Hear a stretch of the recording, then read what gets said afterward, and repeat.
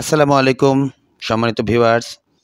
আজ একটি ভিন্নধর্মী ব্লগ নিয়ে আপনাদের সামনে হাজির হয়েছি। আজকের ব্লগের মূল বিষয়বস্তু আমরা বিভিন্ন সময় দেশের বাইরে যে ভ্রমণগুলো করে থাকি, বিভিন্ন কারণে হতে পারে, সেটা শিক্ষা হতে পারে, টুরিস্ট হিসেবে হতে পারে বা যে কারণে যাই তার যে প্রস্তুতিমূলক কিছু বিষয় আছে এর খুঁটিনাটি আপনাদেরকে আজ তুলে ধরার চেষ্টা করব। তো এটাকে আমি মোটামুটি ৮ টা হেডিংয়ে ভাগ করেছি। তো ১ম হেডিংটা হলো আপনার মানসিক প্রস্তুতি। আপনি মানসিকভাবে ১ম এ প্রস্তুতি নিতে হবে। আপনি দেশের বাইরে যেতে চাচ্ছেন এবং কোন দেশে যেতে চাচ্ছেন। তো এই ব্যাপারে মানসিক প্রস্তুতিটা হলো মানসিক আপনি কাজের ব্যস্ততার ফাঁকে কোন সময়টা কিভাবে আপনি এটাকে ব্যবহার করতে চাচ্ছেন সেজন্য একটা মানসিক প্রস্তুতি নেওয়া ১ম কাজ। দ্বিতীয় যে বিষয়টা, এই মানসিক প্রস্তুতির পাশাপাশি আপনাকে সিদ্ধান্ত নিতে হবে যে আপনি কোন দেশে ভ্রমণ করবেন এবং কখন ভ্রমণ করবেন এবং আনুমানিক কতদিন ভ্রমণ করতে পারেন। এই দুটো বিষয় যখন আপনি ১ আর ২ মিলে সিদ্ধান্ত নিতে পারবেন, তখন ৩ নম্বর যে প্রসেসটা সেটা হলো আপনার ভিসা সংগ্রহ করা। আমরা স্বভাবতই চাইলেই কোনো দেশে যেতে পারবো এমনটা না। যদিও আমরা বাংলাদেশের পাসপোর্টধারীরা মোটামুটি প্রায় ৫০ টা দেশের কাছাকাছি আমরা ভিসা মুক্ত যেতে পারি। তবে এর মধ্যে আমাদের পার্শ্ববর্তী বা কাছাকাছি যে কয়েকটা দেশে আমরা ভিসা ছাড়া যেতে পারি, তার মধ্যে নেপাল, ভুটান এবং মালদ্বীপ অন্যতম। কাছাকাছি যেগুলো আছে যারা অন অ্যারাইভাল ভিসা দিয়ে থাকে। আর বাকি যারা আছে সেগুলো কিছুটা ইউরোপের দেশ, কিছুটা আফ্রিকান দেশ বা আমরা সেখানে কম যাতায়াত করি। তো আমরা এই ৩ টি দেশের বাইরে যদি কাছাকাছি অন্য কোথাও যদি থাইল্যান্ড, ইন্ডিয়া বা অন্য কোনো দেশে চায়না, ভিয়েতনাম এরকম কোনো দেশে যেতে চাই, সেক্ষেত্রে আমাদেরকে ভিসা সংগ্রহ করতে হবে। তো ভিসা সংগ্রহ করতে গেলে আপনি আসলে কোন দেশে যাবেন, একটু আগে ২ নম্বর যে পয়েন্টের উপর বলেছিলাম সিদ্ধান্ত, সেই সিদ্ধান্ত নিয়ে এখন সেই দেশের ভিসা সংক্রান্ত প্রয়োজনীয় কাগজপত্র বা আনুষঙ্গিক বিষয় আপনাদেরকে জানতে হবে।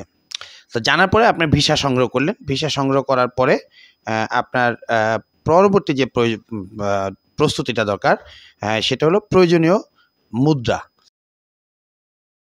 প্রয়োজনীয় মুদ্রা বলতে আমি আর্থিকভাবে আমাদের অভাবটাকে আমি মিন করতেছি না। এটা হলো আপনি কোথায় যাবেন সেই দেশের যে প্রয়োজনীয় মুদ্রাটা, অথবা কনভার্টেবল যে মুদ্রা আছে মানে পরিবর্তনযোগ্য।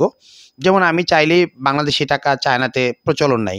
বাংলাদেশি টাকাটা পাকিস্তানেও প্রচলনযোগ্য না। ইন্ডিয়াতেও অ্যাভেলেবল প্রচলনযোগ্য না। সব বর্ডার দিয়ে গেলে আপনি এটাকে অ্যাভেলেবল ভাঙানোর কোনো সুযোগ নাই। যেমন আমি যদি আপনাকে এটা বলি যে বাংলাদেশের ডাউকি বর্ডার ইন্ডিয়ান, যেটা মানে বাংলাদেশের তামাবিল, ওখান দিয়ে প্রবেশ করলে আপনি বাংলাদেশি মুদ্রার ওখানে কোনো ভ্যালু নেই, ওখানে পরিবর্তন হচ্ছে না, নিচ্ছে না। আবার যদি বলি বেনাপোল বা হিলি বর্ডার অথবা চ্যাংড়াবান্ধা বর্ডার দিয়ে যদি ঢুকি, সেখানে আবার এটা কনভার্টেবল। তো মূলত আপনি যে দেশে যাবেন অবশ্যই আমরা যেটা বেশিরভাগ ক্ষেত্রে ডলার এন্ডোর্সমেন্ট করি, অথবা ইউরো নিয়েও আমরা কোথাও যেয়ে থাকি। এটা সব দেশেই প্রচলনযোগ্য এবং এটা আপনি ওই দেশি মুদ্রা কনভার্ট করে নিতে পারেন। তো সেক্ষেত্রে আপনাকে ভাবতে হবে যে কোন দেশে যাবেন বা কতটুকু। এখন এমন যদি হয় আপনি ভারতে যাবেন, আপনার প্রয়োজনীয় মুদ্রা হলো ডলার এন্ডোর্সমেন্ট অথবা ইউরোনে যাবেন, কিন্তু আপনি ওখানে গেলেই আপনি এয়ারপোর্টে নামার সাথে সাথে আপনি যেটা অনুভব করবেন সেটা হলো কিছু রুপির প্রয়োজনীয়তা। কারণ আপনি এয়ারপোর্ট থেকে ট্যাক্সি রিজার্ভ করেছেন, আপনি নিউ মার্কেটে বা জাকারি স্ট্রিট বড় বাজার কোথাও গিয়েছেন, তো সাথে সাথে আপনাকে ভারতীয় মুদ্রা দিতে হবে। এখন এক্ষেত্রে ভারতীয় মুদ্রার প্রস্তুতির যে বিষয়টা সেটা আপনাকে মাথায় রাখতে হবে। এরপরে আরেকটা খুব গুরুত্বপূর্ণ বিষয়, এই সমস্ত শেষ হওয়ার পরে আপনার যাত্রাকালীন প্রস্তুতি। যাত্রাকালীন প্রস্তুতি বলতে দুটো বিষয়। একটা হলো আপনার যাত্রার সময়টা যদি একটু পূর্বে নির্ধারণ করতে পারেন, বাই এয়ারে যখন আপনি টিকিট কাটবেন, আপনাকে খেয়াল রাখতে হবে আপনি যত আগে মানে যত পূর্বে প্রস্তুতি নিয়ে টিকিট করতে পারবেন, আপনি তত কম টাকায় টিকিটটা এবং একটা ভালো টিকিট আপনি জোগাড় করতে পারবেন। এটা পূর্ববর্তী প্রস্তুতির পরের যে বিষয়টা, আপনার যাত্রাকালীন শুরু করবেন। আপনাকে প্রথমেই যে বিষয়গুলো খেয়াল রাখতে হবে যে আপনার প্রয়োজনীয় ডকুমেন্টগুলো আপনার হাতে আছে কি না।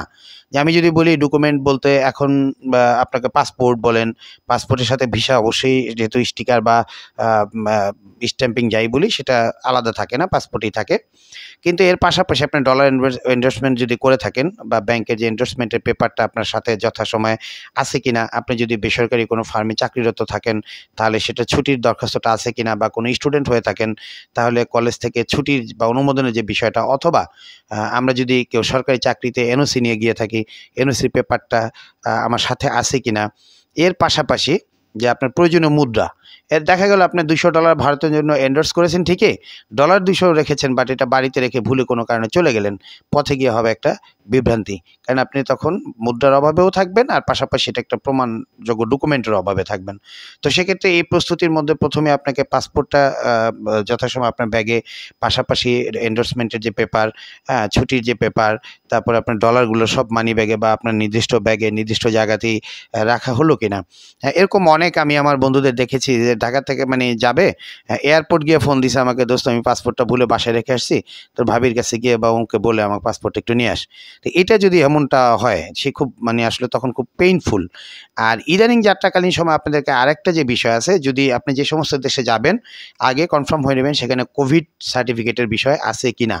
কারণ আপনি কোভিড সার্টিফিকেট যদি প্রয়োজনীয় হয়, আপনি কোভিড সার্টিফিকেট ছাড়াই চলে গেলেন, এয়ারপোর্টে গিয়ে বললো যে না আপনার PCR এর রিপোর্ট লাগবে, তখন আপনার জন্য একটা বাড়তি ভোগান্তি। এদিকে এটা জোগাড় করতে গেলে আপনি ফ্লাইট মিস করবেন, আর ফ্লাইট ধরতে গেলে এটা মিস করবেন। তো সেক্ষেত্রে এই যেহেতু এক জায়গায় যাওয়ার আগে সমস্ত প্রস্তুতিটা নিয়ে নেওয়া। এবার আপনি ফ্লাই করলেন বা বাসে বা যেখানে হোক, যে ওয়েটির মাধ্যমে আপনি অন্য দেশে ভ্রমণ করলেন, এখন সেখানে অবস্থানটা, আপনি কি কাজে যাবেন, কোথায় অবস্থান করবেন সেই পরিকল্পনাটাও। এমন যদি হয় আমরা এখান থেকে কেউ কলকাতা যাব, সেখানে 2-4 দিন ঘুরবো, কিছু কেনাকাটা করবো, চলে আসবো।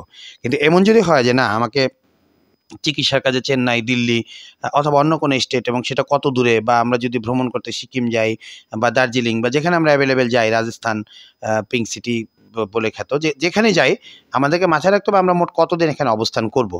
কারণ এই অবস্থানের সাথে আমাদের খরচ এবং আমাদের আর্থিক সঙ্গতির একটা বিষয় বিদ্যমান থাকে। আমি অনেকের কাছে এরকমটা শুনেছি, শেষের 2 দিন তাদের হাতে টাকা নেই, খেতে পারে নাই, বা হোটেল ভাড়া নিয়ে ঝামেলা। তো যার কারণে অবস্থানটা সম্পর্কে আগে আপনার নিশ্চিত হতে হবে। এবং যে কদিনই থাকেন আপনাকে মাথায় রাখতে হবে যে আপনি একটা দেশের প্রতিনিধিত্ব করছেন। আপনি বাংলাদেশ থেকে গেছেন, আপনি বাংলাদেশি পাসপোর্ট হোল্ড করেন, আপনি বিদেশের মাটিতে যেখানে অবস্থান করবেন এমন কোনো কর্মকাণ্ড, এমন কোনো ঘটনা, এমন কোনো সমস্যা করা যাবে না যাতে সেখানে আমার জাতিগতভাবে আমাদেরকে হেয় হতে হয়। হ্যাঁ, এবং আপনি যেখানে অবস্থান করবেন আপনার খাবার সম্পর্কে জেনে নেবেন, আপনার নামাজ পড়তে চাইলে মসজিদ আছে কিনা, কোথায় আছে, কত দূরে আছে, সমস্ত বিষয়গুলো আপনার চেষ্টা করবেন আগে থেকে একটা ধারণা নিয়ে নিতে। নাম্বার শেষে যেটা, যে ফিরে আসার যে বিষয়টা, আমরা ফিরে আসার সময় অনেকেই যে বিষয়টা সবচেয়ে বেশি কষ্ট পাই, বা অনেকের বেলায় দেখা গেল যে আমি কেনাকাটা করে বা থেকা খাওয়া ঘোরাফেরার পরে বাংলাদেশে ফিরে যাব, সেই পরিমাণ মুদ্রা আমার হাতে নেই।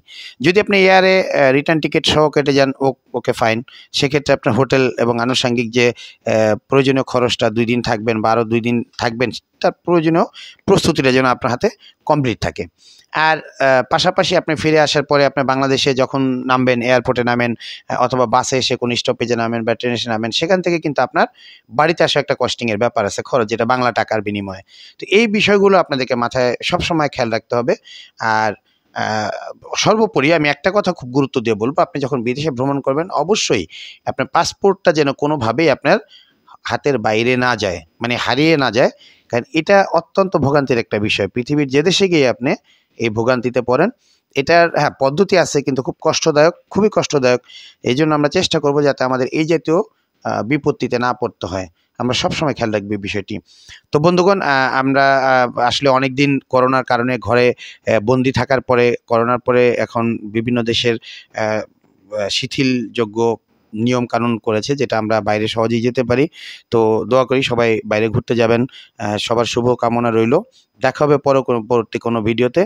এবং আপনারা যখনই বাইরে কোনো দেশে যাবেন, আমার মনে হয় আমার এই ভিডিওটা যদি আপনারা শেয়ার করে দেন বা বন্ধুদের সাথে শেয়ার করেন, আমার মনে হয় প্রয়োজনীয় কথাগুলো অবশ্যই কম বেশি আপনাদের কাজে লাগবে। ধন্যবাদ সবাইকে। দেখা হবে নতুন কোনো ভিডিওতে।